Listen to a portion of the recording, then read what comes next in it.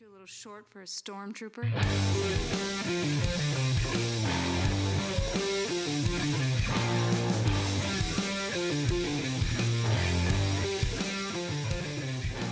What's up, nerds? Welcome to another episode of the Multiverse Report. Tonight, we'll be recapping the week's nerdy news from Hollow Earth to Arkham Asylum and everywhere in between. My name is Mike Gibson. With me is always Steve Haller. What's up, Steve? Well, I apologize in advance if I can't speak. I spent 5 hours in a car today driving back from Vermont and New Hampshire. But other than that, some news? Wasn't a heavy kind of a light week. Yeah, Yeah, but not too much. I know we've got some really good comic stuff to talk about between a review that we're sharing a book on the review this week. And then I've of course got my update on the 1,000. There were some things that happened in the world of generic nerdery, including Thunderbolts news, because I know everybody's banging down the doors for that. I know. So. Absolutely. Happy Easter to all our listeners, if you're into that kind of thing. Happy Trans Day of Visibility, whether you're into that kind of thing or not. I wish it upon you regardless. Yeah. Because I believe in it so strongly. So, concur. Yeah. How was your Easter, Steve? That's why you drove 5 hours. No. Correct? Not at all. Oh, okay. We were up in New Hampshire visiting my sister and skiing all weekend to end the season. And then actually it worked out. It's one of the first times in a long time we've seen the entire family, because we got back relatively early, got to see my wife's family at the in-laws' house, and then over to my parents. So we saw my sister, who's 5 hours away, and then everybody. So it worked out to be a holiday where we saw everybody when we went into the holiday expecting to see no one. Nice, but that wasn't the intention. Nope. Oh, that's cool that it worked out that way. Yeah, worked out great. Yourself? Solid weekend? Yeah, solid weekend. Easter, I'm not like super jazzed about Easter generally, but it's fine. My son had a great time and ate a bunch of candy all day. I was gonna say I unintentionally got 3 Easter bunny visits for my son. Like every time we showed up somewhere else, they're like, "Oh, the Easter bunny came." We're like, "Yeah, okay, cool." I needed more candy. Great. Yeah. But my weekend in general, was pretty good, and I gotta say, it started off really well. Segueing right into our first little thing here, where my son was off from school on Friday. So a lot of times, when he has a day off, he and I find a movie to go see if there's something that's appropriate for him. He's getting a little older now, so I took him to his first PG-13 film in the theater. Similar to, I think your son had his first PG-13 film experience last week. We talked about Ghostbusters: Frozen Empire. Is that correct? Oh yeah, was that PG-13? I think so. Oh, well then yes. Yeah. Then yes. Well, my son's first PG-13 movie was Godzilla Kong: The New Empire. We saw that together on Friday. He saw a trailer and really, really wanted to see it. Was like so out of his mind excited to see it. And I was like, I don't know. And I saw Godzilla versus Kong and knew that it's a pretty goofy movie. And if you just like giant monsters fighting each other, then that's really what you're going to get. Right. And you're going to get a completely paper thin human story. And, it is PG-13, so there's not going to be like blood or, human horrible death or anything. And there wasn't. And he had a great time. There was one part where he was like a little scared, but all in all, he had a good time. And this movie, for those of you who might be interested in seeing Godzilla Kong: The New Empire, it is very much in the same vein as the previous film, Godzilla vs. Kong. I've said before, these movies have gotten more kind of bonkers as they've gone along, and this is very much in the same vein as Godzilla vs. Kong, which I found to be off the rails bonkers. And they really they really turn it up. Like if you thought Godzilla vs. Kong was bonkers, then this is just there's just so much more. Like, it's crazy to me that you could look at a movie where the premise is a giant lizard fights a giant ape and be like, we need to add stuff to this. This isn't crazy enough. So we need to add an evil giant ape who rides an ice dragon And we also need to give King Kong, because the fact that he has a magical energy axe from Godzilla versus Kong isn't enough. We also need to figure out a way to give him a metal mechanical the Infinity hand, Gauntlet, so he can punch even harder. Yeah, Right. exactly. Yeah, Kong Infinity Gauntlet. And all those things, they give explanations for in lines of clunkily written expositional dialogue. Yeah, no one. But You're not winning the Oscar for screenwriting in this Yeah, in any way, this is shape, not- or form. This is not Godzilla -1 in any way. Right. Godzilla -1 is like a harrowing personal tale of tragedy and Right. This isn't even. This grief. isn't even Monarch. This is like. right. Yeah. I mean, it's way definitely off the closer to rails. Monarch. It's Right. closer to Monarch, but like, you watch that 2014 Godzilla movie, and it's like takes itself pretty seriously. Right. And that's a good feel movie. like And then I feel like Monarch is kind of in that vein of that 2014 Godzilla, like maybe a Yeah. little more, but like in that general, we're taking ourselves feel like- seriously, but not too seriously. yeah, Monarch is more when it's like, even when they do like Godzilla King of Monsters and Kong Skull Island, those are a little more like campy, Yeah, a little okay. more Yep. goofy. Monarch's right around there, but then the Godzilla Kong things are just like, It just this is went a off cartoon. the- This is just a cartoon. Yeah. Was it? Did Um, it like Michael Bayify it, or because I haven't seen Godzilla versus Kong either. Kind of like what happened with Transformers, where that first one was like, okay, this is, I see they're building something, and then it just went off the rails. It's hard for me to say that because I've never seen a full Transformers movie Oh, okay. of the Michael Bay versions. Yep.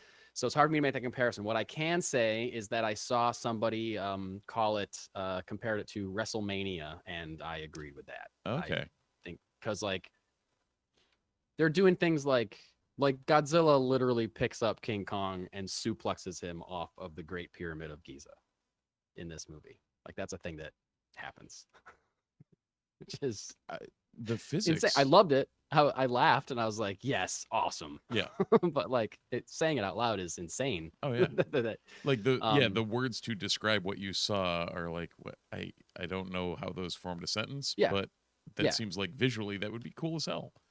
yeah, it's just silly. Like Right. that's the tone. What I just said, that's the tone of this movie. Okay. So they're like figuring out ways to make it make sense for Godzilla to suplex Kong.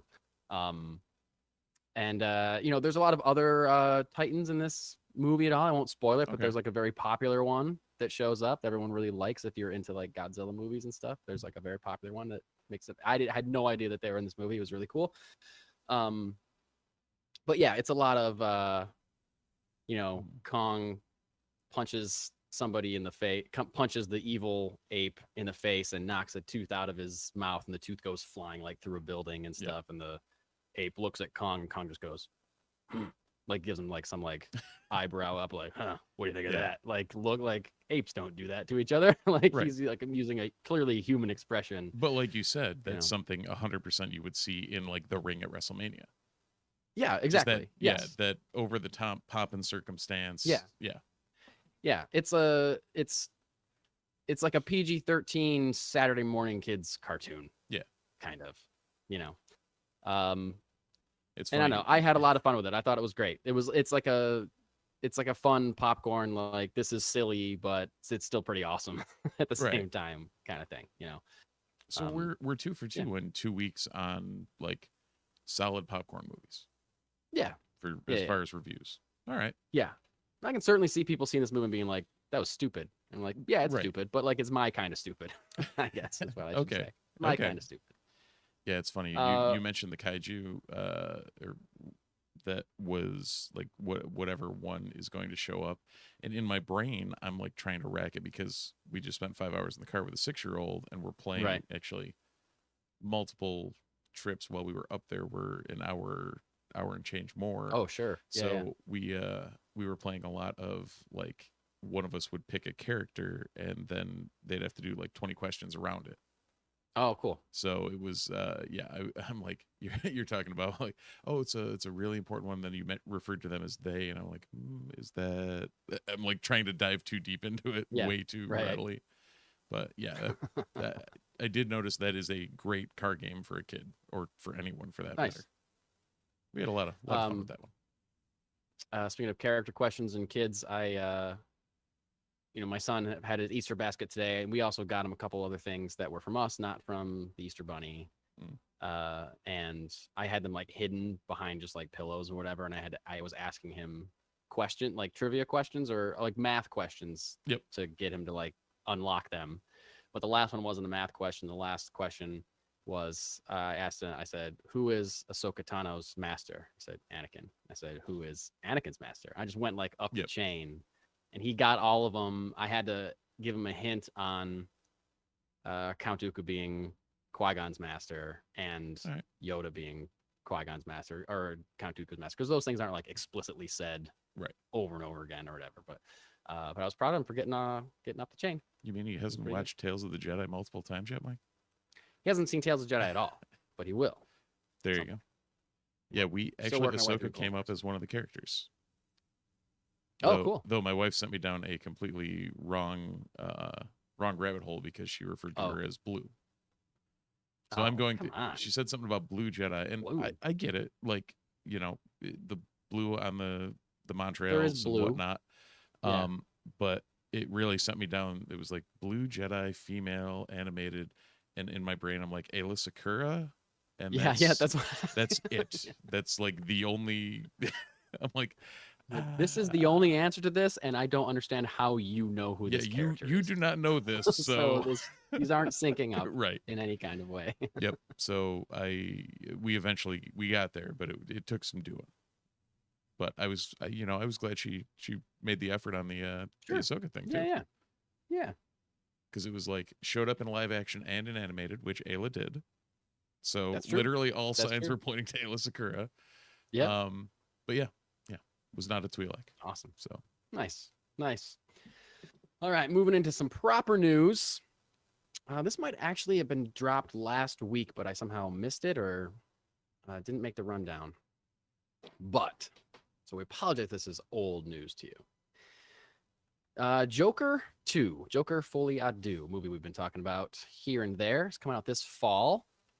I won't reiterate everything that we talked about the last time, but one of the reasons that Steve and I are excited about seeing this movie is that it's a musical. That was teased a while ago, much to the shock of anybody that heard those words. What are you doing? You're taking a street level, dark and tragic movie about a villain, and you're sequelizing it and you're making it a musical. $1 billion movie. $1 billion grossing movie. You're right. Thank you. You're sequelizing $1 billion grossing movie and making it a musical. Right. And Standard Joker does a lot of is you have $1 billion movie, make the same movie. Yeah. Right. Yeah. No. Todd Phillips says no. I will not go quietly into that good night. Joaquin Phoenix's Joker does a lot of dancing. Sorry, what's that? I said that the Dark Knight. Yeah. Into that Dark Knight. I would have been a better joke. Joaquin Phoenix's Joker does a lot of dancing in the first Joker, and there's a very haunting score to it as well. But we're all shocked when we heard there was going to be a musical. Now, slight more details on the musical. Also, that makes sense as to why they hired Lady Gaga to play Harley. There's going to be some singing. But anyway, according to Variety is reporting that Joker 2 will be a jukebox musical. A jukebox musical, for those of you who don't know, is a musical made up of existing songs, thinking like Mamma Mia or Moulin Rouge. Those are not original songs. Those are like covers of songs that are intertwined into the plot somehow. So it's going to be a jukebox musical featuring 15, quote, very well-known songs, including That's Entertainment from the 1953 musical, The Bandwagon. Now, I don't know that I would call that song from a 1953 musical, The Bandwagon, That's Entertainment is the name of the song. I don't know that I would call that very well-known song. I've never heard that song. Steve, have you ever heard that song? Nope. No, Nothing. He's shaking his head no. Nope. So, not sure. Again, strange description. But it's also possible that there will be one or two original songs, but that's not confirmed. Right, but we're not talking. At least it doesn't seem like we're talking like Rock of Ages here. Correct. Yeah. It does not seem like we're talking Rock of Ages, but I do think that songs, knowing the first movie, I think that songs like old timey musical songs like That's Entertainment from 1953 musical. I think those, if that's the genre they're going for, I think those would be a better fit for Joker 2 than like you said, Rock of Ages type songs, or like in Moulin Rouge they sing like Smells Like Teen Spirit. Like that's not gonna really jive. But I feel like maybe older, like hitting the old Gershwin and exactly, that like old Gershwin stuff, like stuff from Singing in the Rain, like that style of like 1950s big budget filmed musical. That's a style that I could see working better in the world that was created by this movie. Now, it's still wild to me that it's a musical at all, but if you're going to do it, I think that's the way to do it. And who knows, that could be the one old song from an old musical, and that everything else is Smells Like Teen Spirit and whatever, but I hope that it's waiting not. for the Lady Gaga and Joaquin Phoenix cover of In Bloom by Nirvana. Why not? You just went with track 2. Yeah, 100%. Yeah. I'm glad our brains are on the you same could have picked spot. any other random song. You picked the same band, literally same album, next track 2. Yep. All right. That's how that's working today. So I don't know. I think if that's a sign of the type of music that they're going for, then I think that'll work better, because I don't think you want very recognizable songs. I don't think you want very well-known songs. That will be distracting. I think if they start singing like I don't know, some Taylor Swift song or something, like that'll be like, oh, this is weird that Joaquin Phoenix is dressed as the Joker singing I can't think of one Taylor Swift song. Shake It Off. Welcome to New York. Yeah, whatever. Yeah. What's the one I'm trying to think of? Lavender Haze, the opening track. There you go. It's my favorite Taylor Swift. Anyway, yeah. So I think that's the way to go. But we'll see. We'll see in October if it's jarringly right, or if we get Rodgers and Hammerstein. Yeah, exactly. Stein. Speaking of stuff that we're not sure how it's going to turn out, we got this week, you keen-eyed Instagram havers, you may have gotten a look behind the scenes at the filming of Marvel's Thunderbolts movie. Florence Pugh plays Yelena Belova, sister of Natasha Romanoff. She took to her Instagram page and she posted a video of herself walking around backstage while they're filming Thunderbolts. And she kept making jokes like, let's see, what can I show you? Can I show you that? No, I'm not allowed to show you that. Can I show you that? I can show you that. I'm not allowed to show you that. I'm not allowed to show you that. There's no way that she started taking this without getting full approval from 100%. Everybody. But they did a good job at making it feel like spontaneous. I think either she runs into the director at one point. Like I believe that he was like, "Oh, hey, Florence," like it didn't scream acting to me, but clearly they knew it was happening. There's no way they're going to give anything away. So things we get to see she's wearing a costume which looks different than the costume we've seen her wear in Black Widow and also in Hawkeye. Seems very Natasha costume. Yeah, it seems like they're transitioning her into the Black Widow bot. For sure. So she's wearing a new costume. There's some very seemingly big sound stages and big sets that have been built for this, which is cool. Not all green screen stuff. Biggest question mark for me and for a lot of the internet, and Steve, I don't know if you have any Thunderbolts knowledge that can shed any light on this at all. She showed a couple, it was like a chair and maybe like a sign or something that had the official Thunderbolts logo on it, and it was the word Thunderbolts, but it has an asterisk at the end of it. Why is there an asterisk on the official logo of Thunderbolts? What could that possibly mean? Why would you do that? That I have no idea. I feel like it's got to be some like in-movie reasoning. Right? Like, I feel like once we see the movie, it'll make sense, like that kind of thing. Or they're going to change the name of it. and the asterisk is there so they know that it's not going to be the final title of the film. Right. That's not actually going to be, the Yeah. the appropriate or the full title. Right. Right. Maybe that's a placeholder for a subtitle, or maybe it's literally just something completely different. Or it's like a thing in the movie where they find a list of because we like based on the description that we've gotten about this movie, it just seems like they're doing their version of Suicide Squad, right? Which is not even really what Thunderbolts in the comics actually is. But I don't know. It seems like they're making it a Suicide Squad type thing. So I don't know. Maybe this is my writer brain just kicked in as you were talking to try to make a reason why it could work. Like maybe they find some dossier or list or file of something that has all their names on it and or a bunch of different names on it, and all their names are the ones with asterisks next to them, and that asterisk means that they're expendable or something like that, and they discover that in the movie, like, wait, why is there asterisks next to all of our names, right? Yeah, like, the asterisk means that we don't care if you die. That's my theory as of right now. All right, could be wrong. What do you think? Multiverse Report listeners, watchers, let us know what you think. Why is there an asterisk next to the Thunderbolts logo? I don't know. We don't know. Maybe you tell do. me. Maybe you do. Ooh, this next one, controversial? I was going to say, there's no way to segue into this. It's just, what? I mean, not the most shocking, considering the possibilities. I mean, it's pretty close.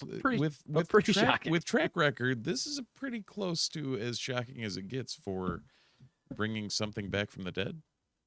Well, there might be a reason, though.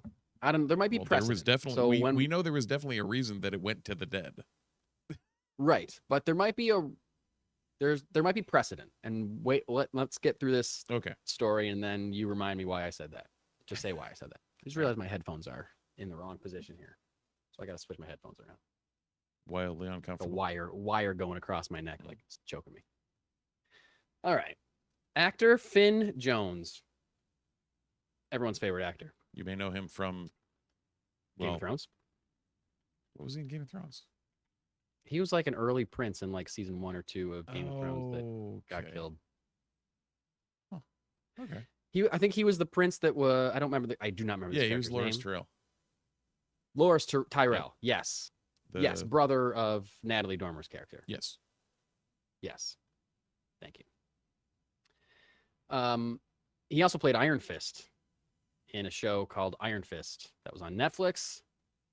And I really don't have to say much more about Iron Fist because it's everybody's favorite Marvel thing ever, and everyone loves it, and everyone has seen it multiple times, and everyone just loves it so much that there's really nothing to say about Iron Fist. And if anyone's listening and doesn't note the sarcasm in Mike's voice, you can take everything Mike said in that last paragraph, flip it, and that's probably accurate. Yeah, if this is your first episode of the Multiverse Report and you're starting with this podcast because you just decided that you want to start getting into like nerdy stuff, and so you have no context for what I'm saying at all, nothing of what I just said is true. Steve and I came up with a pretty solid description of nerddom in general a few weeks ago. Steve, I don't know if you remember this, but we through a conversation, we calculated there are 2 truths in all nerddom. One is that everyone likes The Empire Strikes Back, and the second is everybody hates Iron Fist. Those are the 2 truths. You can argue about anything else as much as you want, but everyone likes Empire Strikes Back. Nobody likes Iron Fist. Yep. So, and we won't go into the many reasons why people don't like Iron Fist, because I feel like we've done it before, and who cares? But actor Finn Jones, who played the titular Iron Fist, Danny Rand, and who proved in The Defenders that he wasn't the problem with all of this. Yeah, and he proved in a season 2 episode of Luke Cage. Yes. Where he guested. Yep. I thought he was great in that. I remember thinking like, oh, he's really good. And I like their teaming up. Let's do this. Exactly. Yeah. Well. But anyway, the show did very poorly. Reviews were terrible for both seasons, although there were a few bright spots, but mostly people didn't like the show. We were all to believe that we would never see Finn Jones return as Iron Fist. So, cut to this past week, actor Finn Jones posted a picture on his Instagram. A lot of Marvel actors and Instagram stories this week. Apparently. he posted a picture of his travel bag with 2 things sitting on top of it. One was a copy of the novel, The Never Ending Story. And since that was just announced that they're getting a film reboot adaptation of that story. Wait, what? Possible that he'll. Yes. Oh, did you not hear that? We didn't talk about it in the show. No, we can pause on that part of it, and we'll move that to the end of the Iron Fist discussion. Back to you. Okay. Never Ending Story. And then also issue 125 of Power Man and Iron Fist. Power Man is also a name for Luke Cage. Power Man and Iron Fist. The significance of issue 125 of Power Man and Iron Fist was the final issue of that series, and it ended with the death of Danny Rand, the death of Iron Fist. A controversial issue from what I've read. So, Steve, you may remember that a few months ago, weeks ago. I never remember when we hear any of this stuff anymore. Time is a flat circle at this point. Yeah. We heard rumors of an Iron Fist project in development at Marvel. Nothing official, but possibly with the character of Colleen Wing, right? Who, from all reports, people liked a lot more than the character of Danny Rand. And who, spoiler alert, at the end of season 2, inherits the power of the Iron Fist. Colleen Wing does. So, could this be their plan? To bring back Finn Jones as Danny Rand just to kill him off, like what happened in issue 125 of Power Man and Iron Fist. And therefore, they are free to move forward with Colleen Wing wielding the power of Iron Fist, or introduce a new character to wield the power of the Iron Fist. Do you think this is possible? What do you think of this idea, Steve? I mean, it's always possible. It's always possible. I mean, we've seen weirder things happen in any semblance of adaptation of some of these comic stories. But I don't know. I mean, it's one way to do it.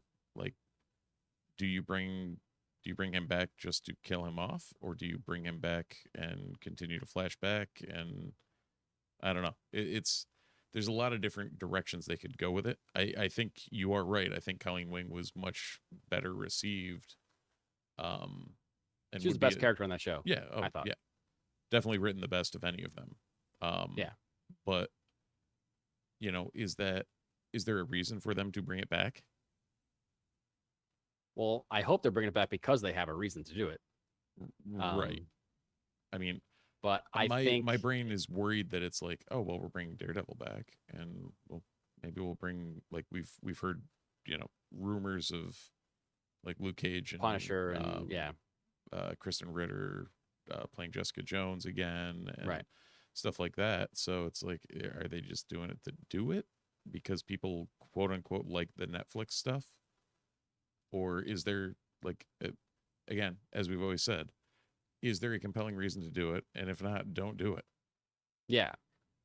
Like you just said, I would hope that they're doing it because they have a reason to use the character of Iron Fist, whether that character is Danny Rand or Colleen Wing or whoever. I think there's a new character that isn't Danny Rand currently as Iron Fist in the comics. I'm not sure, but I feel like I remember reading about that. Yeah, exactly. My hope would be that they would bring him back because they have an idea or a use for that character, whoever's behind the mask. But I also think that because this show is panned so universally that they could feel that it's too much baggage to move forward with that character, whether or not it's a better writing team, or maybe it was the actor's fault, maybe it was the writing team, maybe it was the director or the showrunner of that show or whatever. Regardless of the reason for that show tanking, they might feel like this is just too much baggage. So we don't want to invite comparisons or criticisms or references to how bad that show was that we made. So we're not going to bring him back in any major way, but we will bring him back so he can fully pass on his power to the next person to do this, kill him off in a tragic way or something, and use his death to motivate Luke Cage or the new Iron Fist or whoever else that may have been friendly with him. You know what I mean? I feel like that could be what they're going for. This could also just be Finn Jones trying to get Instagram likes and throwing an Iron Fist comic, stirring up rumors. Could be. Who knows? And it could just I be do like. they approach him and they're like, "Hey, we're thinking about this thing." Yeah. And it may come to nothing. Yeah. But Yeah, there's plenty of things that are in development that'll never actually get made. and here we are, slaves to social media. Especially now at Marvel. Yeah. Yeah, especially now at Marvel. They seem to be starting to be a little bit more, or they've verbally said they're being a little bit more selective. We have yet to see that, seeing they're throwing more things out next year than we thought was possible. So, you know what's really going to be interesting is what Marvel does at this year's Comic-Con, San Diego Comic-Con, or D23, whatever the Disney one is. Because I feel like usually we either get sometimes they skip Comic-Con, but if they skip Comic-Con, we get an announcement at the D23. Yep. Something. But because they've announced all these movies, like 2 years ago, they announced all these movies that haven't come out yet and have gotten pushed and may not be getting made anymore. Like, who knows? It'll be very interesting to see if we get any kind of update or what kind of announcement we get from Marvel, if anything, at either of those two conventions. Going back quick to what I was saying about past being precedent, for a long time, I think it's debatable now, but for a long time, if you're talking MCU, most everybody was pretty much on the same page. The worst one is Thor: The Dark World. That was like just an easy, like, yeah, they're all pretty good, but Thor 2 is bad. So what does Kevin Feige do? He makes us have to care about Thor 2 by weaving the plot of it into Avengers Endgame. Mm-hmm.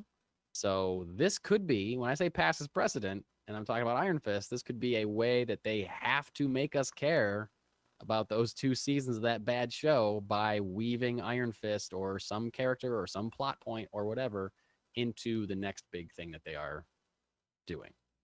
So that makes me believe that this could be a thing also. Yeah. Just looking at history, waiting for it to repeat itself. That's all. Well, that's all I'm doing, Steve. We'll see if if they're being that creative or if it's just us doing a little too much thinking.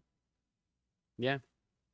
I don't think I've ever read an Iron Fist comic in my life, to be honest with you. But I do like the idea of that character. And I could be way out on how he's used normally in the books because, like I said, I've never really read them. Right. I just know about him from being in this sphere and watching the show, which was seemingly a poor representation. But seeing like a kung fu master that also has a fist that bursts into flames, like that's cool. You know what I mean? Yeah, that's just 100%. Cool. Yeah. So if they can bring Iron Fist in and do him right, I'll be ready to go for sure. Why not?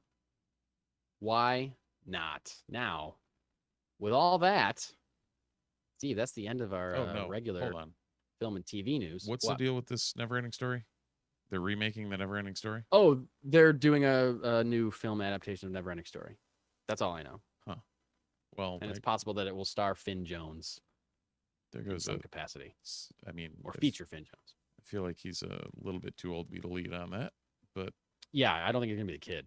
Yeah, he might be. I think I don't know. Bastian Balthazar Bucks was like 10, something like that. Yeah, yeah. Atreyu wasn't old. Like those. No. Yeah, I don't know. Whatever. Either way, once again, how possible do you think if they're remaking Neverending Story? Do you think it's possible that they will include the Swamps of Sadness theme from our childhood? That I mean, I like you almost have to, but also how do you in modern context?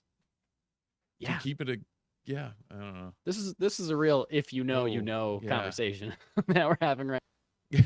And I feel like I don't want to traumatize those who don't know about it. No. You should just watch it and then you'll get real traumatized real quick. But things you forget. Well, see, this goes back to our PG-13 conversation. Yeah. Of like I forget even now, like Frozen Empire didn't seem amazingly PG-13 in my brain. Yeah. But we also grew up in the 80s and 90s where PG-13 was not a thing, and like The original Ghostbusters was PG. Yeah, exactly. Yeah. I believe Neverending Story was probably PG. I would be surprised if it was G, to be honest with you. Yeah. But it was definitely not PG-13. Let's Google But I don't that. think there's a way that you can do that. Certainly not to the same degree that we got it in the original. Oh, no. Sadness scene. No way. Nope. No way. So I don't know. Maybe that's who Finn Jones is playing. Maybe he's playing the horse. It was PG. It was PG. Okay. Oh, Finn Jones is a rock biter. That's got to be it. He's just a voice of a rock biter. Oh, maybe. Maybe. Who knows? Yeah. Who knows?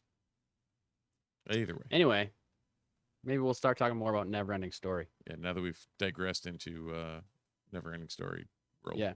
Oh, you know what I'll say real quick? Speaking sure. of tangents, before we jump into comic stuff, because we did a tangent last week. We were talking about the Alien trailer. We talked about the Alien movies for a little bit. Yep.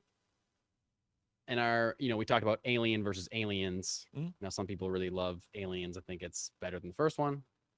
And I agree, I welcome that.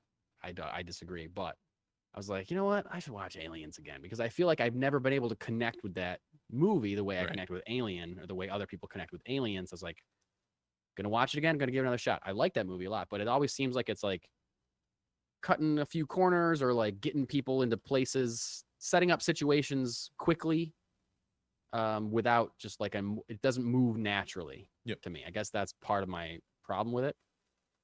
Until Steve, last night, I haven't even finished it yet. I started watching the director's cut. Yep.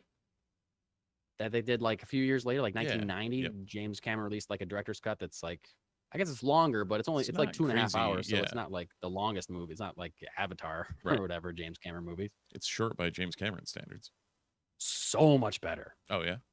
So much better. Like it for an already very good movie. Like for an already great movie. Yeah.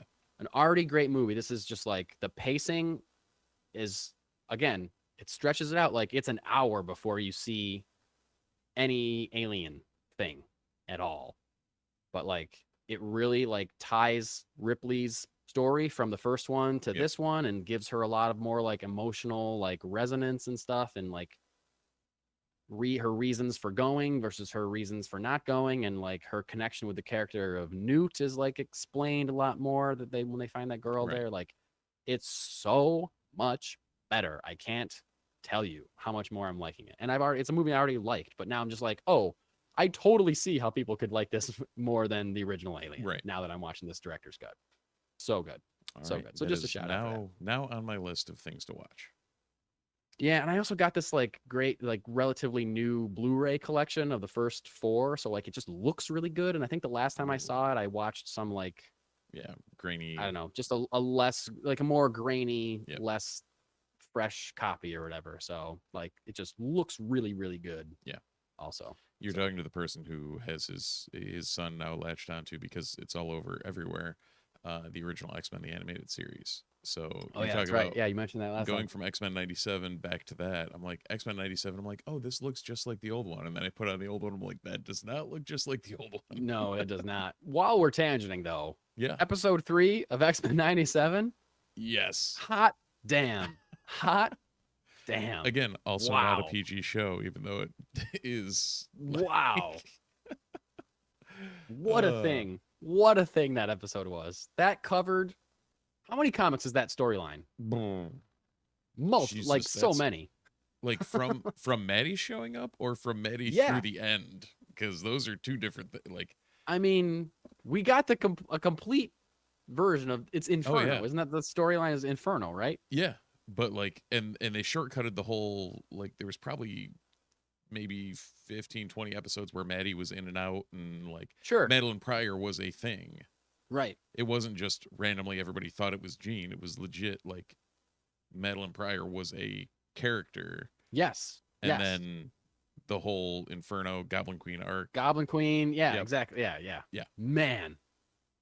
And they condensed it down and they nailed it. It was so good. It was so weird. I was like, I can't believe that I'm watching. I can't believe that they're doing this. This is great. And I'm watching stuff like that, and I'm just like, I can't believe that you fired that guy that did this. And like, we don't know why. We talked about they fired the showrunner. Right. And we don't know why they fired him. They never released a statement.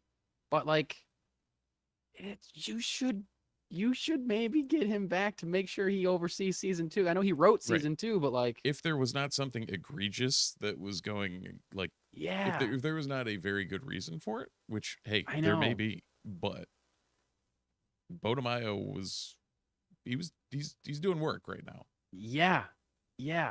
So yeah, I'm already nervous about season 2 not holding up to this, because this is so good. One thing that I will say that I don't like about this show is that this is a very silly thing. I had forgotten what the closing credits were like of the original X-Men, the animated series, until I saw the closing credits of X-Men 97. Yep.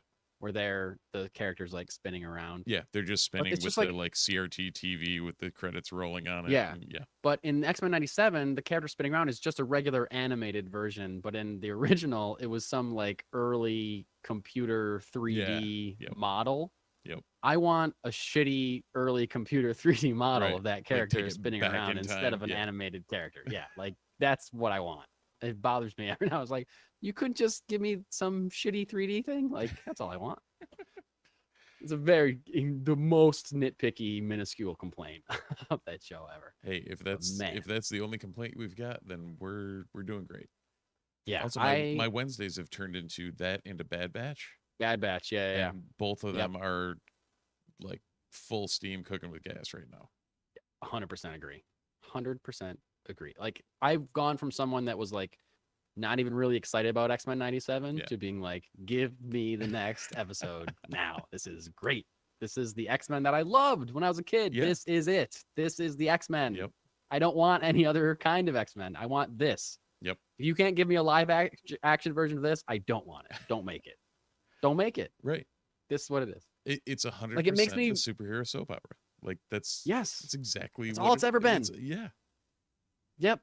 I look back on seeing the first X-Men movie in theaters. Mm-hmm.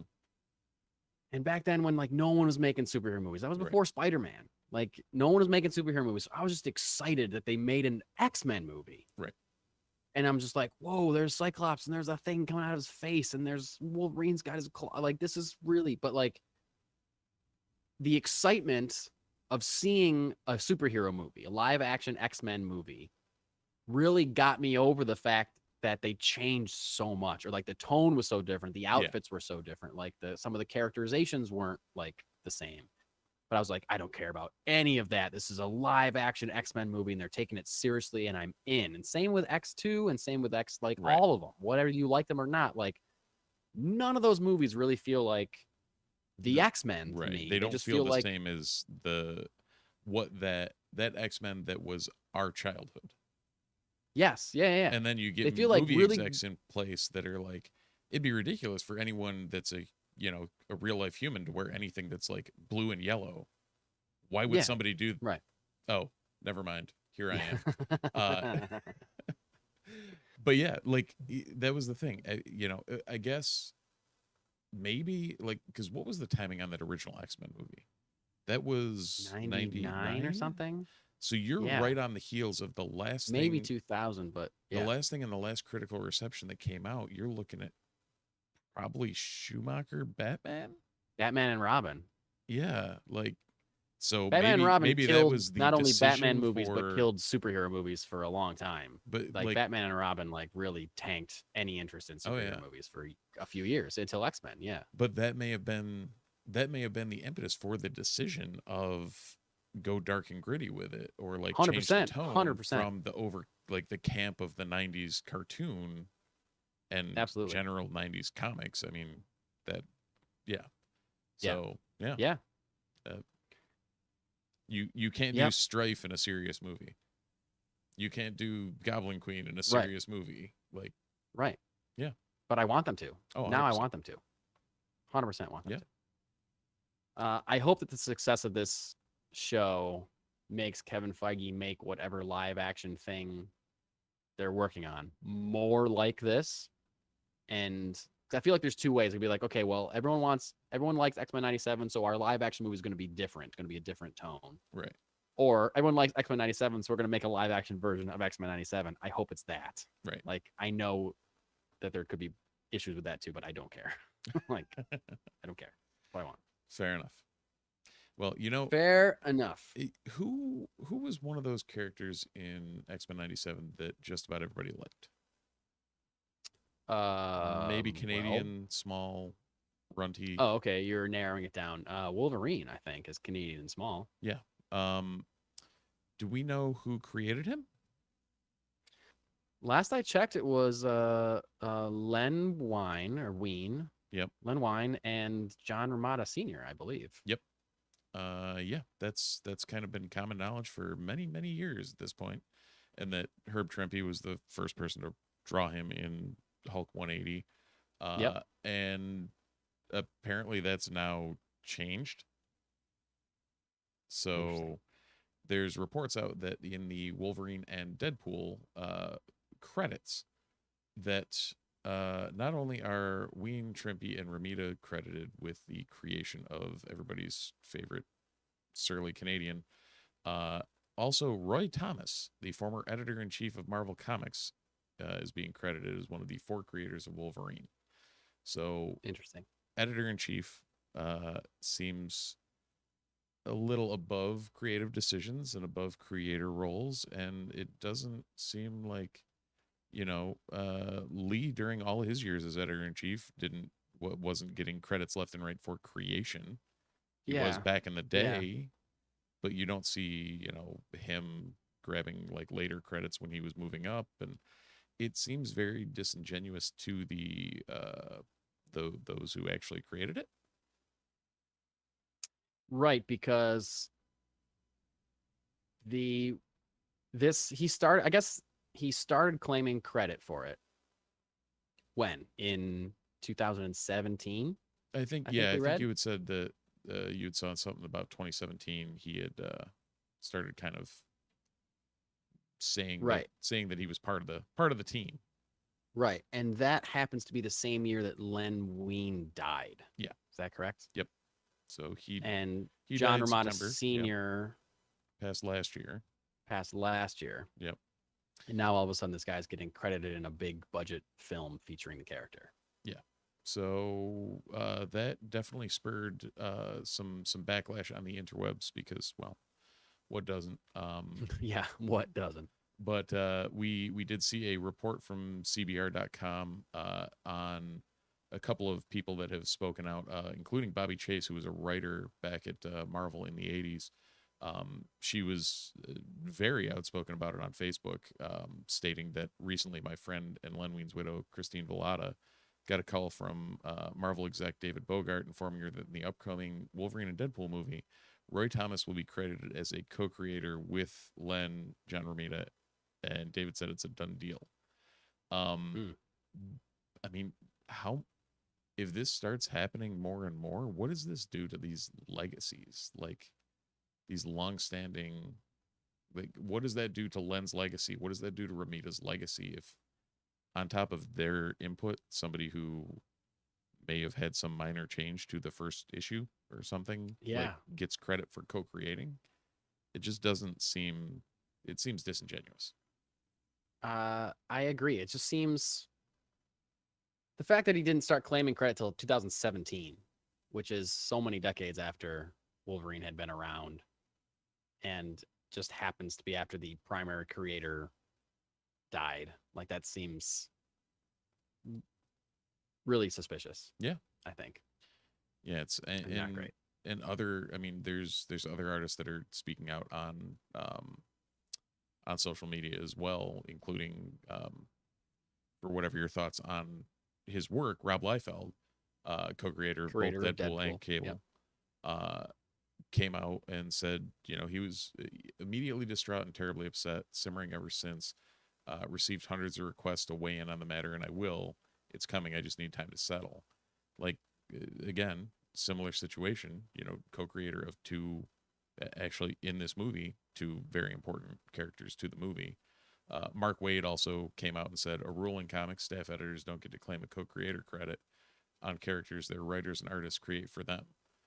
Throwing out suggestions and brainstorming is part of the editor's job. Change my mind. I'm kidding. You'll never change my mind on this.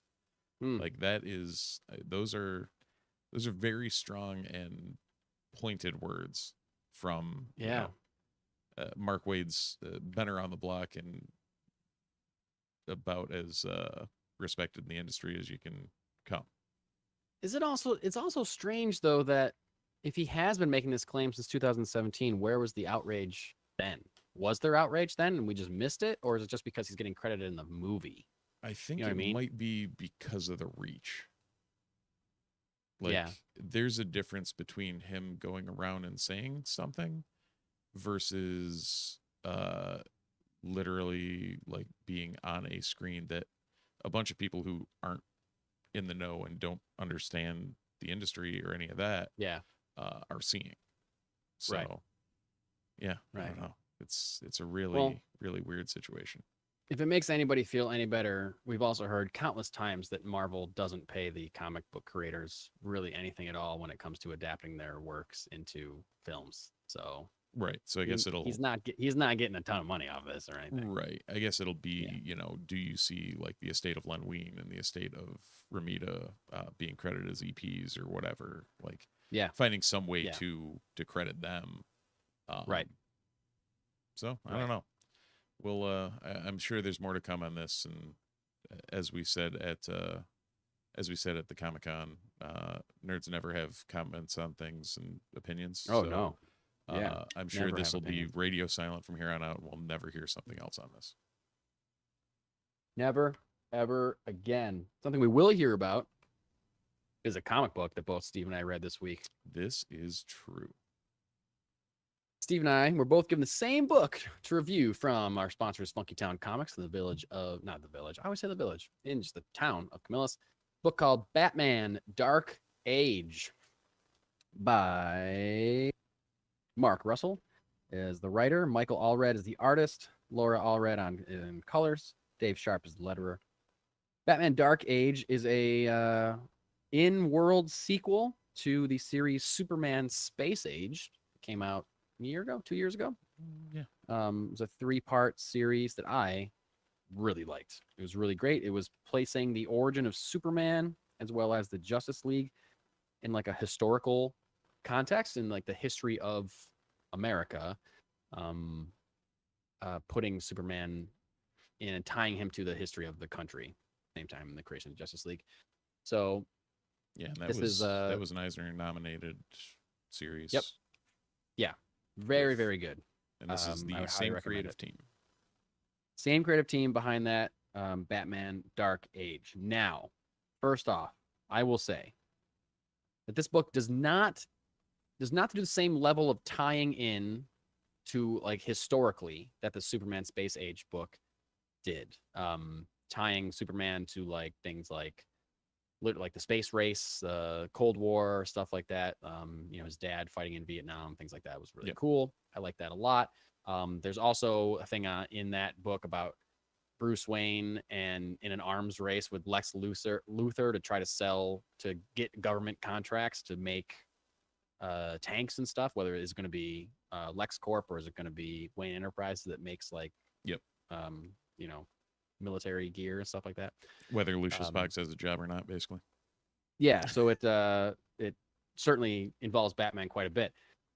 However, this doesn't. This is pretty much just like a new Batman Year One. It's like a new origin of the character. Well, it was funny because every page I read, I was like, this sounds from. Oh, there's a tweak. Oh, there's something. Yeah. Oh, there's a little change. Right. Oh, and then it just kept adding up over the course, and you get to the end of the book, and you're like, oh, that's different. Okay, where are we now? Where's this gonna go? It's told from the perspective of an elderly Bruce Wayne who is in a nursing home. Yeah, like he's old and losing his memory, and he's being asked to write down what he remembers while he still remembers it in a journal, and that journal is the book that we are reading. And of course, yes, it starts with the murder of his parents, but done in a different way. Mm-hmm. He's not there. He's not present for the murder of his parents. He just hears about it. And I don't know. Steve, what did you think of this? It's funny because the first couple of pages I was like, I don't know. This is kind of, it's rote. Like, we're back at the origin story. We're doing the same thing. And like I said, there was enough like little minuscule changes where I'm like, okay, all right, you got me a little more. You got me a little more. And it just kept adding up. And then it was like the whole faceless syndicate or whatever they were. False Face Society. That's what it was. And I was like, huh. Okay, like we're onto something here. Like there's definitely, you can see the gears and the machinations of something building. And spoiler, the first issue ends with Bruce exactly where you wouldn't expect Bruce Wayne, in jail. Like, yep. There's a long trip from the start of the book to that, and you guys can, like, it's a ride. Like, I was impressed with it. And going from not having any expectation at all. I agree. Though the fact that it's not as tied into like American history as the Superman one was a surprise to me. And at first I was like, I kind of miss it. But then I was like, oh no, this is just doing something else. Right. And it's doing something else. Aside from that, it's also doing something else with the origin of Batman Bruce Wayne. The idea of, I don't think I've ever heard this. I mean, Batman's origin has been a million times in comics, in movies, whatever. It's like year one is kind of like the definitive thing, but also Scott Snyder did a great version of it in his run, tweaked it a little bit. I don't think I've ever thought of or read or watched a version where, and it makes so much sense, the Waynes are killed for a reason. Yeah. And whatever that reason is, it makes perfect sense that Alfred, the Gotham police, and Bruce himself would be concerned that he was also going to be killed, that he was also a target, and therefore would be like paranoid about getting killed at any second by assassins or mobsters or gangsters or whoever was responsible for killing his parents. Like, that's like a whole thing I've never thought of before. Yeah. It makes so much sense that like they show Alfred like sitting by the door with a gun at night just to make sure intruders aren't like breaking in to kill Bruce. And like, that makes so much sense. And I loved it. I loved it. It was such like a cool wrinkle into this character. Like, oh yeah, from the age of 10 till I was 18, I thought I was going to be assassinated. Right. I was going to be murdered at any moment, anytime I left my house. Like, that's such a cool wrinkle. And him, like being a screw up, rich kid who knows he'll just be bailed out or whatever. Right. Like really focusing on like the board at Wayne Enterprises, like that whole, what are we going to do in the meantime before he turns 18? And then what are we going to do when he does turn 18 and we have to give up our power? We don't want to do that. So like, let's get nefarious. Like, just really cool. I thought it was great. Like you said, by the end of it, I was like, oh, okay, they're going for something else here, for sure. Which I should have expected right off the bat, because you're in the nursing home, and Bruce is calling for Alfred, and they say Alfred's been dead for 40 years. Yeah, and you're like, okay, this is weird. And then it goes kind of right after you realize the memoir thing. It goes right into, like I said, the origin story that is just like, oh, okay, it's the origin. Okay, his parents are leaving. That's the last night we saw him. Blah blah blah. Here we go. Oh, okay, all right. Yeah, and then it just keeps adding on itself into a very different turn, which very well executed. Yeah, I completely agree with you. That I feel like that there's a section where he's at a club and he meets somebody and talks to them after. Yeah, the show. That character's gonna be the Joker, right? I would think so. Or I feel like that's gonna end up being the Joker. Joker, the Riddler, something. Yeah. I thought it was great. I thought it was great. If you like anything that Steve and I are talking about right now, pick up Batman Dark Age. It came out last week. I believe it's a 3-part book. I guess I'm only thinking that because Superman Space Age was a 3-part book. It doesn't say like 1 of 3 or anything on this. so I don't know. But I was assuming 3, but this is also a little. The Space Age books were bigger than a regular book. They had like a spine. They were like maybe double issues. So I don't know. Maybe this will be a 6 No, it's issue a 3. thing. Is the 3? Okay, Yep. cool.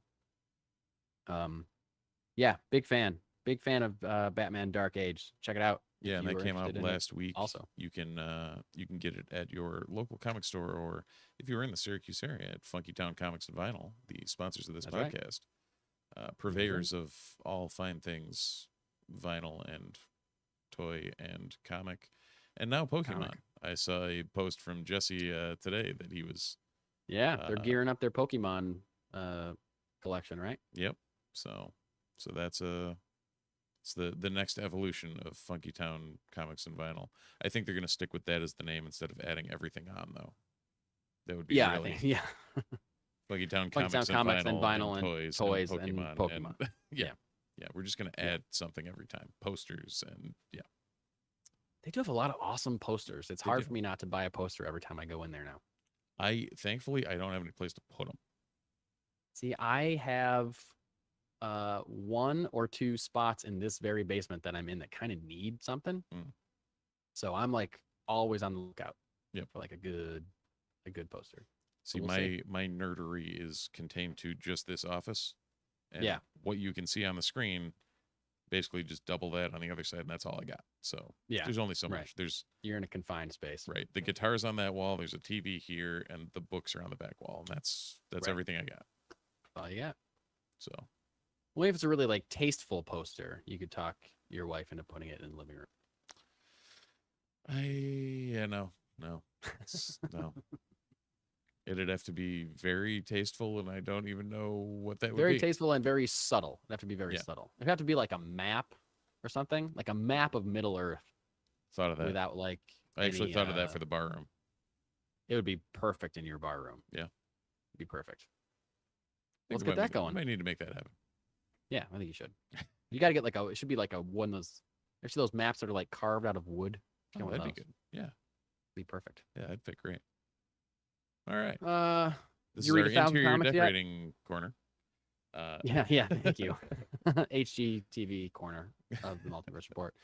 Did you read 1,000 comics yet? No, but I did add 1, 2, 3, 4, 5, 6, 7, 8, 9, 10, 11, 12, 13 to the tally this week. Woo! Avengers Twilight #4. That is still cooking with gas again. Yeah. Very good series. Similar to what we're talking about with the Dark Age, where it's like another take on these characters that I did not expect. So as you can, and Zdarsky is doing Zdarsky things. Like he's been on a, for his ups and downs with what people thought of Batman, I think that got settled in a bit at some point. I've heard. I just bought a back issue of the Joker Year 1 arc of Zdarsky's Batman that I hear is incredible. So I haven't read it yet, but I will read it and let you guys know. Yeah. So this is it's the take on, the Avengers are old or dead in Tony I don't think I even knew that. I don't think I knew what that was the premise. That's awesome. That's the Twilight part. Sure. Now, makes sense now. So Steve, like Rogers, was stripped of the serum and was old, and Luke Cage is not powered anymore and old, and as you can imagine, Steve gets the serum back and all that sort of stuff. Oh, okay, sure. But like this issue, Thor shows up, and he's like, "Hey, you all got old." Yeah, he's a god. It's just like, oh, it's been a while since I've been to Earth. Shit, you guys got old. But well done what they're doing. A turn that was to be expected, but also well executed this week. So nice. Ultimate Black Panther 2. Oh, how was that? By Hill and Caselli. That actually, I think, got upgraded this week to not just another Black Panther story. So, So that's solid. High Republic Volume 3, 4, and 5 were both good.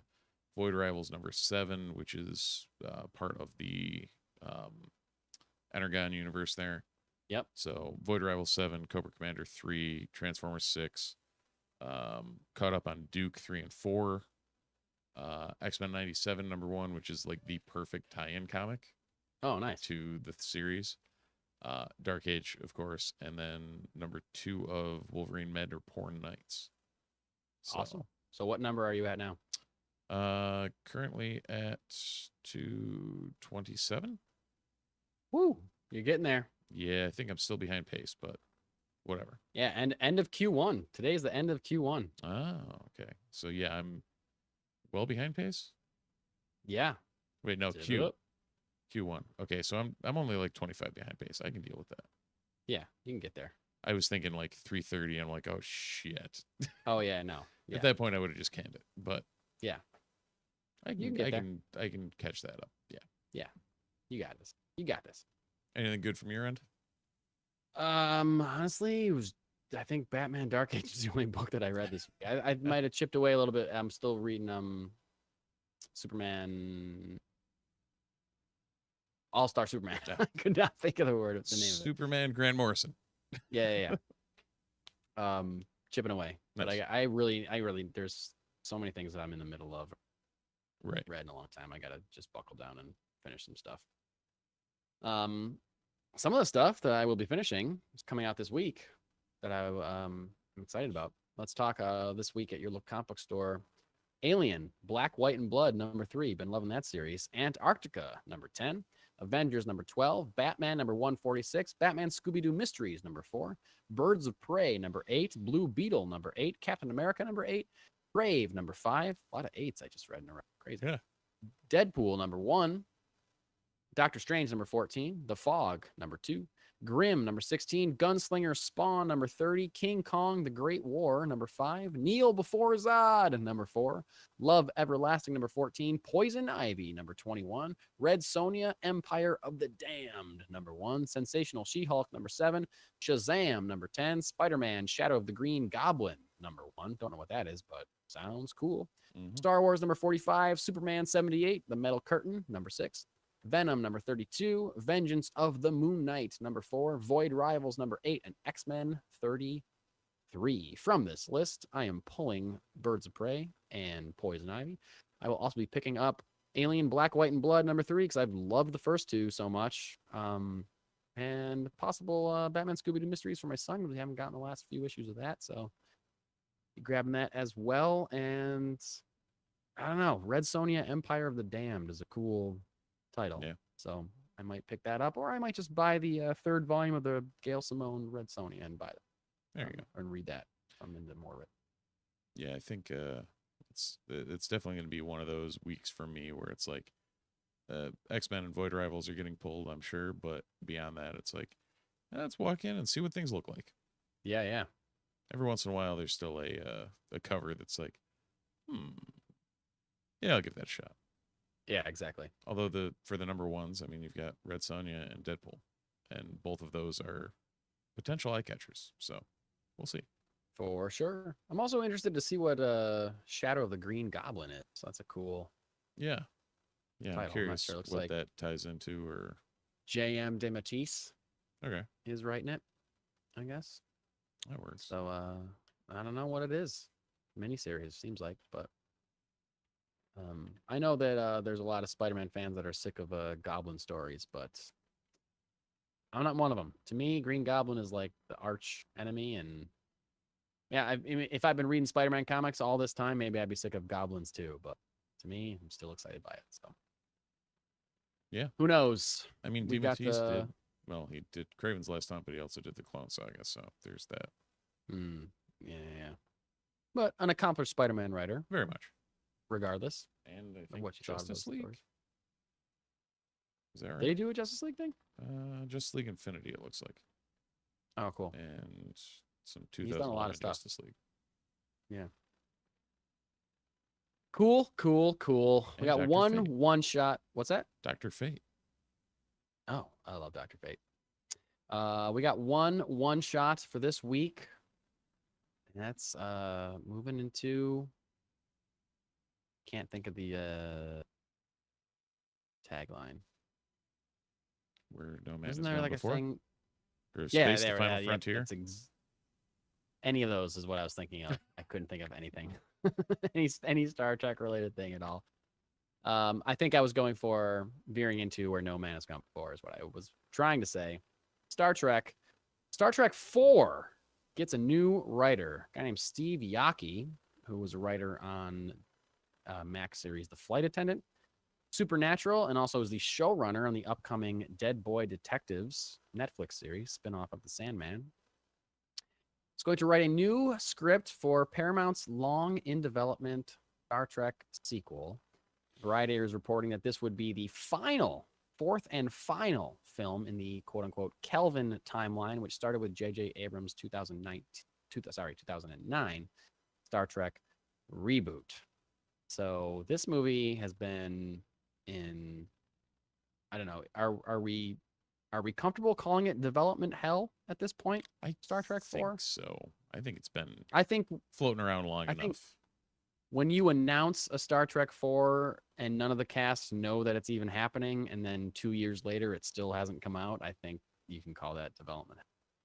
Right. We're there. Because I think they announced there would be a third and fourth, or Abrams might have announced there was going to be a fourth before the third came out, and then it went nowhere, and then it got revived like 2 or 3 years ago. Yeah. I don't remember that. I know. I found a timeline on it. 2016, Star Trek Beyond, or before Star Trek Beyond was released, they announced that the plan was to bring back Chris Hemsworth to play George T. Kirk, or George. Oh Kirk. Yes, I remember that because he plays him in the first one. Yep. In the beginning of the first one, Chris Hemsworth, before he was Thor, was Captain Kirk's dad who dies. And it's an explosion in like the first 5 minutes of first Star Trek movie. Right. And then in 2021, Matt Shakman was announced as the new director. Yeah. Because that's when they announced nobody that it was knew happening. that. And Chris Pine was like, I haven't heard it. Right. I don't know. Which Shakman then left to do the fourth thing. Fantastic Four, yeah. Yeah. And then now this is guy, the only Steve thing Yockey, we've is heard writing a new since, script. right? Yeah, I think so. I feel like it's 2024. 2016, is that when Beyond came out? 2016? That's what it says. Almost 10 years ago. Yeah. I feel like I read this story and I was like, why aren't they just rebooting this at this point? It's been almost 10 years. Right. Why and do like, you put no a offense, bow on it? I don't know that people are like clamoring for another film in this particular series, but like the only thing I could think of is that they want to hang on to that cast for one more like payday. Like if you have Chris Pine and Zoe Saldana like signed on and Carl Urban, like you have them like locked and loaded contractually, they have to do a sequel if you announce one, then maybe you're just trying to cash out one more time before you reboot with charming people like Chris Pine and Zoe Saldana. Right. Yeah, when you have a cast, that's the only thing I can think of. When you have a cast that is going to sell movies on their name alone, you would take advantage of that if you have them locked up.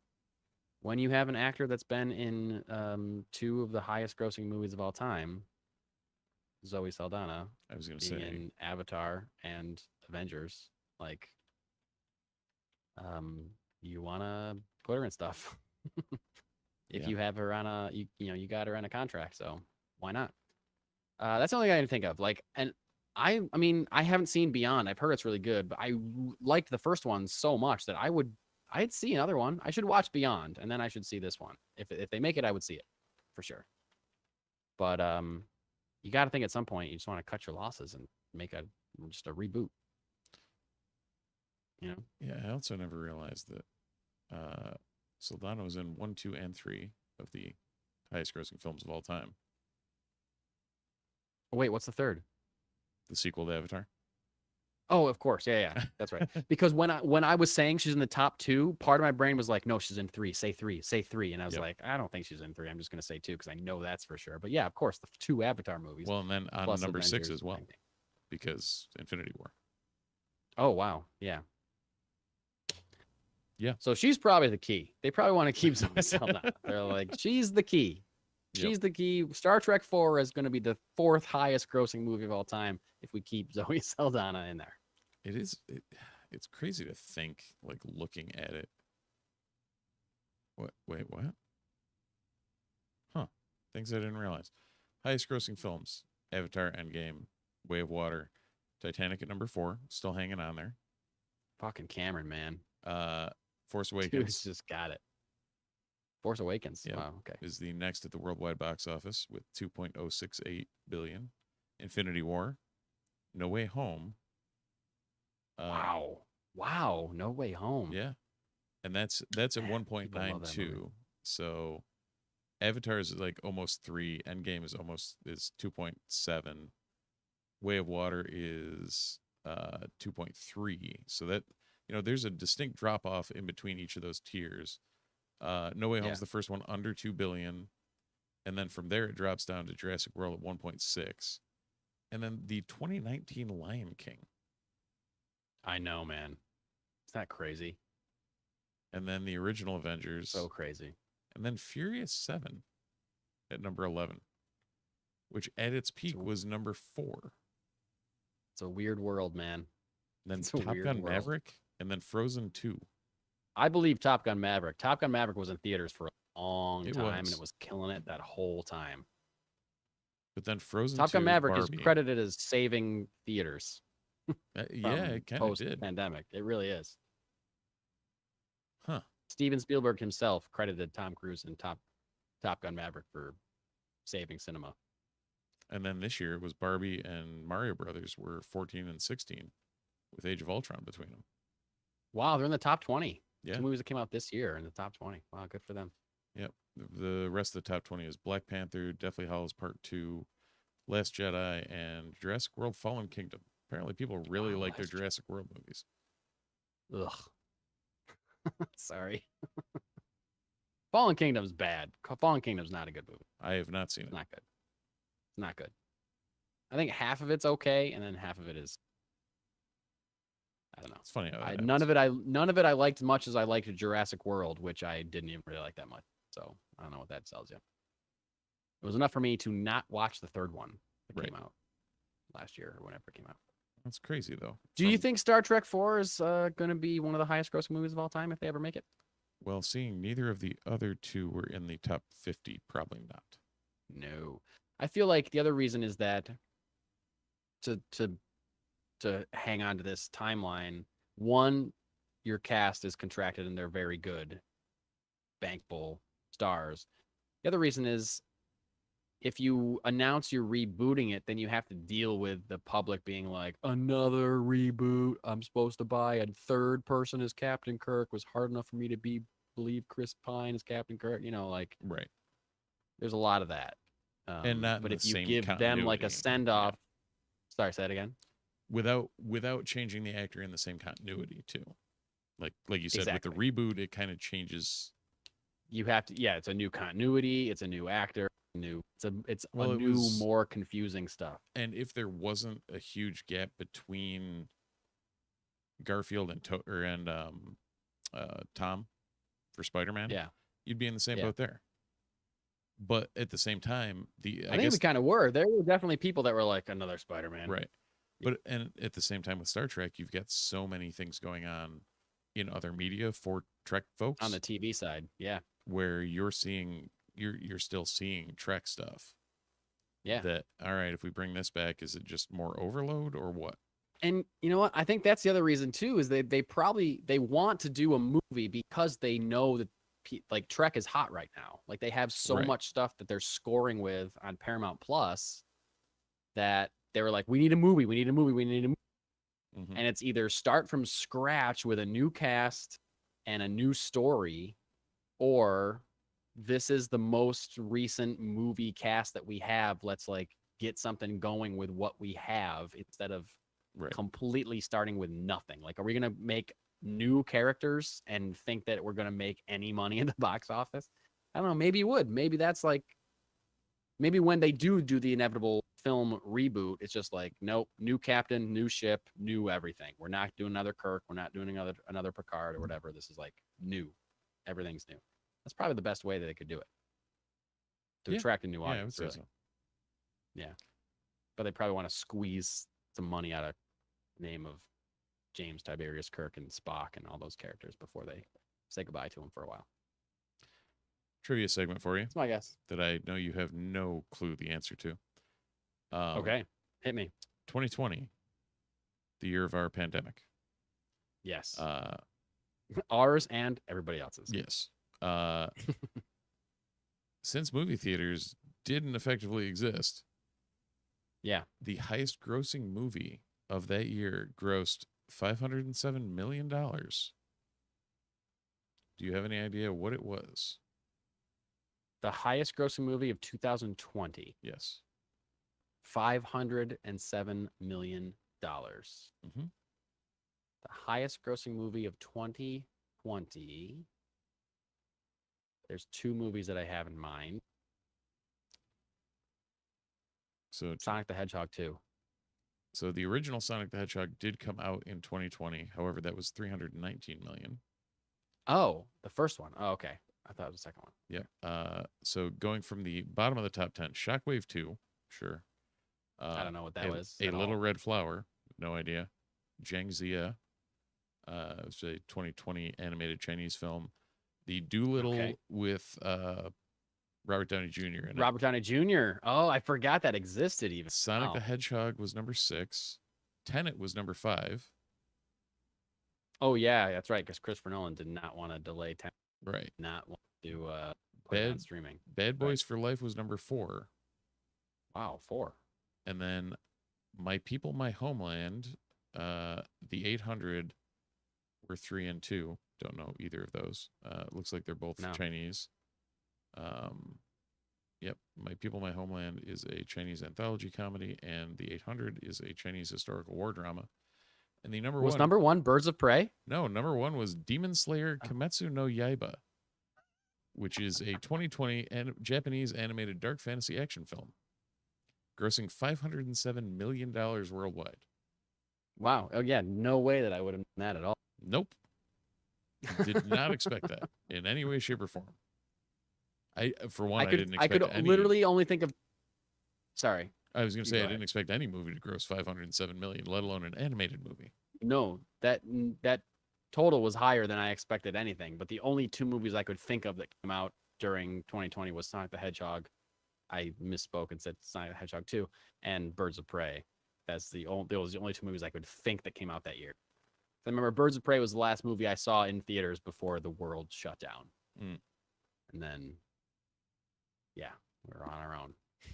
Yeah. Oh, yeah. Nomadland was 2022.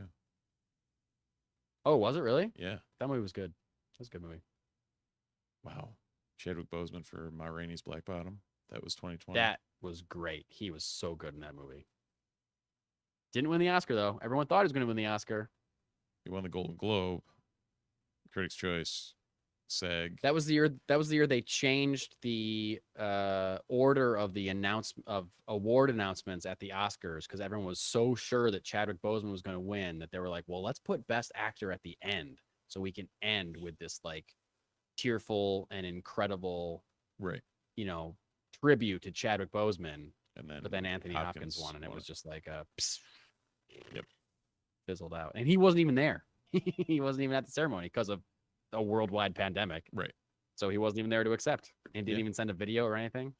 It was just like, Anthony Hopkins, he's not here. Good night. Yeah. I was like, what? That was the dumbest ending to an Oscars I've ever seen. Also, that year was Judas and the Black Messiah because Daniel Kaluuya won Best Supporting for that movie was good. That was great. That dude is so good. He is really such a good actor. Oh, Soul came out that year too because Reznor and John Batiste won, and Atticus Ross won for Still Best never Sound. seen Soul. It was a good. Still never seen Soul. It was a solid Pixar. My wife and I have been talking recently about how we need to finally right that wrong. Jesus Christ! Well, they're putting that out in theaters again now too, because they missed. Yes, that's true. They're re-releasing it. Yeah. Along with what Turning Red and Luca. Luca. Yep. Turning Red and Luca are both great. Turning Red's one of my favorite Pixar movies. I still haven't seen it. Luca's excellent. Luca was great. Oh, it's really good. One Night in Miami was that year too. Oh, like 2020 was man. for not having theaters. 2020 was an amazing year in film. Yeah. And how did I see all of these movies? Yeah. Like, oh, because they were on streaming. That's right. why. Because we had a lot of spare time that year, Mike. Yeah, every Oscar movie was released on streaming. Uh, Yeah, One Night in Miami is great. Yeah. That's a great movie. Yeah. Man, yeah, awesome. that's crazy. Yeah, because Well, that was you what know- gave us that was like Kingsley Ben-Adir's breakout, right? And why can't I think of who that is? he was the guy in Secret Wars that Secret Wars. or in Secret Invasion. Secret Invasion. Oh, okay, yeah. Oh, yeah, he plays Malcolm X. Yeah. I think. Yeah. Yep. Yes, he's great. oh Um, shit, I didn't realize he played Bob Marley One Love that's out in theaters right now. The Oh, biopic. yeah. He plays Bob Marley, right? I didn't realize he played Bob Marley in that too. I know he doesn't look good.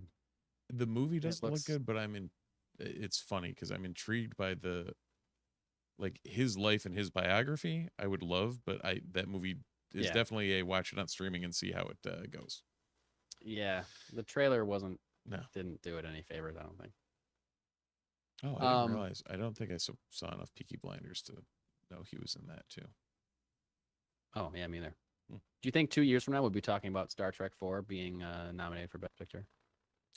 No, I think we'll be talking about whether or not it's getting made. We'll be talking about whatever new Star Trek project has been announced and comparing it to Yep. all the development hell that Star Trek 4 went through. And until then, that's all I got. And it's more than I thought I had, to be honest with you. I thought this was going to be a short episode. And here Pretty we light. are at our normal here we hour are. and 20 minutes. Yeah. So yeah, if you're still hanging in there watching us, feel free to like, subscribe on all the socials, leave us a review, 5 stars on Apple, with or without a recipe. With a recipe, you'll 5 get to watch stars us and eat a it. recipe. We'll eat that while we're talking. It'll be great. Feel free to, like and subscribe on YouTube. Chat with us in the comments. Brian wished us a happy Easter as well. Thanks, Brian. I replied in the comments. You had already been past the Easter thing, so Okay. production decisions. I apologize. Sure. No, you make those calls, buddy.